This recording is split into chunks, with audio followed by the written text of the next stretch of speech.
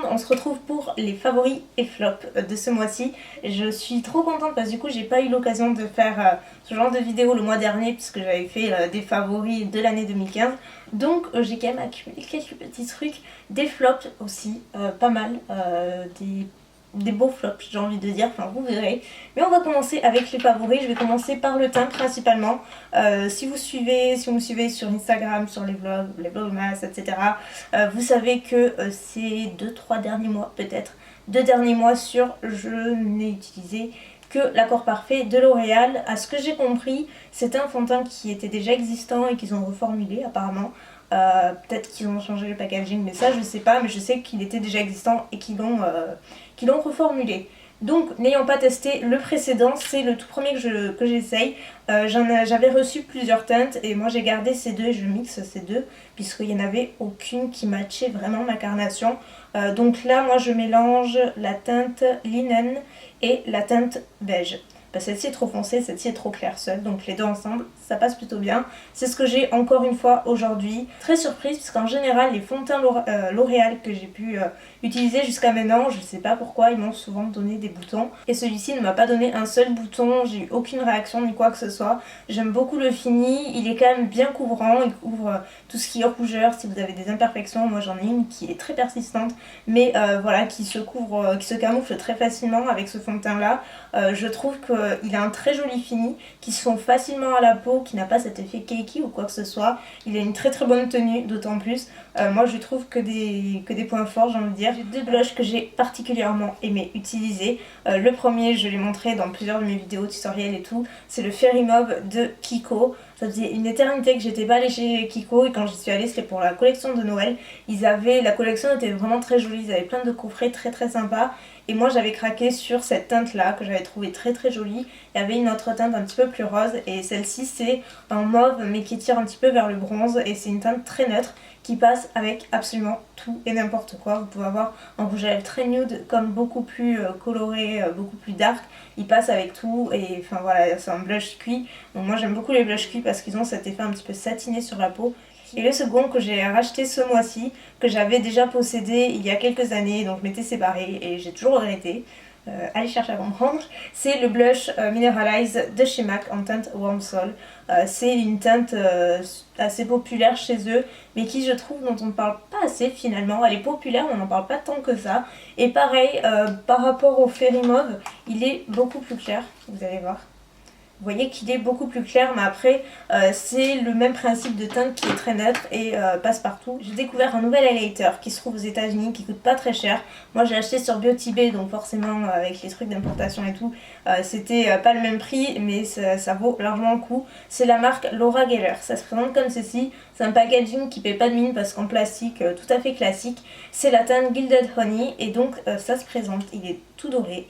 Il se présente comme ceci. Vous savez, c'est les mêmes textures que les Mineral Skin Finish de chez MAC, avec cet effet un petit peu humidifié, enfin une texture assez étrange et qui humidifié est encore plus intense. Donc moi j'utilise, ça dépend, soit l'un soit l'autre. Aujourd'hui je l'ai appliqué sans être humidifié et vous voyez qu'il se voit plutôt pas mal, donc imaginez humidifié, c'est waouh. Pour les yeux, obligé de mentionner tout d'abord la palette Chocolate Bonbon de Too Faced. Elle est absolument ravissante, je crois que c'est la plus mignonne de toutes leurs palettes et pourtant Too Faced ils savent y faire. Je pense que vous l'avez déjà vue, mais elle se présente comme ceci. Les fards ont la particularité d'avoir la forme de cœur, c'est trop mignon. La palette qui me fait beaucoup penser à la Chocolate Bar, l'original, parce que j'adore l'utiliser. Au niveau des teintes elle m'y fait penser, même si quand même il y a pas mal de fards différents, il y a moins de doré, etc. Mais c'est définitivement ma palette préférée avec la Chocolate Bar. Et enfin, le dernier favori, c'est pour les lèvres. Donc le premier c'est celui que je porte, il n'y a pas d'ordre particulier, c'est celui que je porte mais j'ai mixé un petit peu, c'est le Stone de Dose of Color, donc c'est les rouges à lèvres liquides à effet mat. C'est celui que j'ai mélangé au Pure Hollywood de Anastasia que j'ai mis au milieu. J'adore ces rouges à lèvres liquides, ils sont vraiment formidables et la tenue est assez incroyable, ça dure du matin au soir, repas compris. Et donc après j'ai beaucoup porté le Pure Hollywood de Anastasia Beverly Hills. Et j'ai beau avoir d'autres teintes, en essayer de similaires, je reviens toujours à celle-ci parce que c'est vraiment la couleur neutre que je préfère des rouges à lèvres liquides. c'est celle que je préfère pour ma carnation tout simplement. J'ai aussi beaucoup utilisé le Aqua Rouge en teint numéro 13, non 14 de Make Up Forever que j'ai eu aussi à Noël par ma maman et j'adore, je possède déjà une autre couleur et cette teinte là est vraiment très très belle. C'est un mauve très foncé qui est super. C'est une abonnée qui me l'avait offert à Video City et si tu passes par là je te fais un gros bisou parce que je l'adore. C'était le coffret Twin Star et donc c'est le numéro 1 et c'est en rouge à lèvres qui se présente comme ceci. C'est un nude bois de rose qui est ravissant.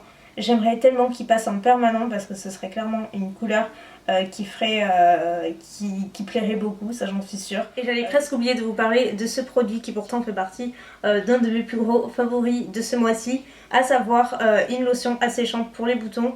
J'en ai parlé dans mes vlogmas si vous avez été très nombreuses à savoir ce que c'était. Donc c'est la Drying Lotion de Mario Badescu, ça se présente dans un flacon hyper pharmaceutique très classique parce que j'avais eu quelques problèmes de boutons pendant une période à la fin de l'année dernière à cause de produits dont je vous parlerai et du coup j'avais vraiment aucun produit anti-imperfection depuis un moment et je m'étais rappelé que Sandrea avait mentionné ce produit là, donc j'avais vu avec elle un petit peu, elle m'avait orienté vers celui-ci. J'ai acheté sur le site Beauty Bay qui est un site qui livre en France et je peux vous affirmer que c'est le meilleur soin anti-bouton que j'ai pu essayer dans la mesure où quand vous avez un bouton vous le mettez comme je le disais sur un peu de coton-tige et vous l'appliquez, donc ça pique au début mais c'est normal parce qu'il y a de l'alcool et tout mais en fait ce qui est bien justement avec ce produit là c'est que ça ne va pas assécher le bouton, le rendre douloureux, il va falloir le percer etc. Enfin bref c'est pas glamour du tout, au contraire c'est comme si ça le tuait à la racine en fait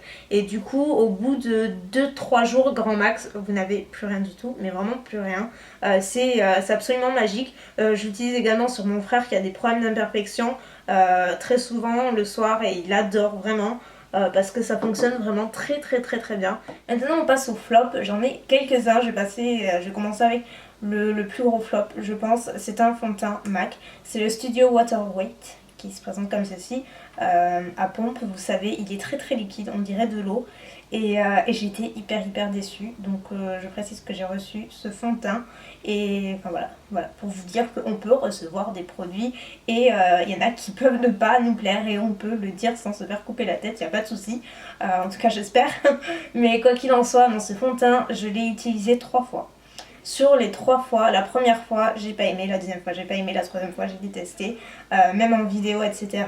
Ce que je lui reproche déjà c'est qu'il me donne des boutons à chaque fois, chaque application il m'a donné des boutons alors que j'en ai jamais, sauf si je fais une réaction à un produit et surtout les fonds de teint en particulier. Donc il m'a donné des boutons et surtout j'ai pas du tout aimé le rendu. J'ai trouvé qu'il n'était pas homogène ni quoi que ce soit, j'ai essayé au pinceau, j'ai essayé au doigt et j'ai essayé au Beauty Blender. Ça donnait un aspect à ma peau qui n'était pas joli du tout, je me préférais démaquiller que maquiller et que ça clairement c'est bizarre. Non c'est bizarre parce qu'en fond de teint c'est censé sublimer sa peau et là ça faisait l'inverse et du coup j'ai pas du tout aimé. Donc si vous l'avez testé n'hésitez pas à me dire ce que vous en pensez. Donc là mon grand regret, je vais devoir dire que c'était un flop. J'aurais adoré que ce soit un top, pourtant je peux vous dire que je me suis acharnée sur ce produit, ça faisait super longtemps, ça faisait au moins 2 ans que je le voulais et je n'osais jamais l'acheter parce qu'il n'était pas donné. En fait c'est un sérum qui est bourré d'huiles essentielles etc. Donc c'est un concentré vraiment pur et dur qui est censé en fait apporter tout ce dont votre peau a besoin et qui agit durant la nuit et le matin vous êtes censé vous réveiller avec une peau resplendissante mais au fil des semaines bien entendu ça se fait du jour au lendemain, aucun produit ne fait ça et donc là ce concentré réparateur il est censé par exemple si vous avez des taches pigmentaires le faire disparaître petit à petit, si vous avez juste des petits problèmes de peau tout simplement, j'ai utilisé pendant près de 2 mois et c'est pendant près de 2 mois où j'ai eu pas mal de boutons alors que comme je le disais j'en ai jamais ou très peu vraiment à des occasions particulières. Et j'ai mis du temps avant de comprendre que les boutons étaient liés à l'application de celui-ci. Donc j'en avais parlé dans les vlogmas je crois ou dans des vlogs et une personne m'avait dit qu'il fallait l'appliquer vraiment en très petite touche, bien chauffer sur les mains en appliquant en petite touche. Donc c'est ce que j'ai fait et malgré ça ma peau a mal réagi et ne le supporte pas. Donc je suis très déçue parce que c'est cher, c'est censé bien fonctionner, sur moi ça fonctionne pas. Donc je suis assez déçue, donc je sais pas si c'est un gros flop mais quoi qu'il en soit je vais le garder et je vais attendre vos retours. Enfin, dernier flop entre guillemets, je tenais absolument à vous en parler parce que je vous ai posté cette photo sur Instagram. C'est les nouveaux Retromat Liquid Lipstick ou Lip Color je crois de MAC, parce qu'ils ont déjà les rouges à lèvres Retromat et là ils les ont changés en rouge à lèvres liquide à effet mat, mais toujours les Retromat. Donc c'est tout nouveau et moi j'en ai commandé 5 le jour de leur sortie parce que j'avais envie de savoir un petit peu ce que ça donnait, et comme vous savez que j'aime le mat, ben forcément ça m'intriguait. Donc j'en ai commandé 5 comme vous l'avez vu sur la photo et je n'en ai gardé qu'une.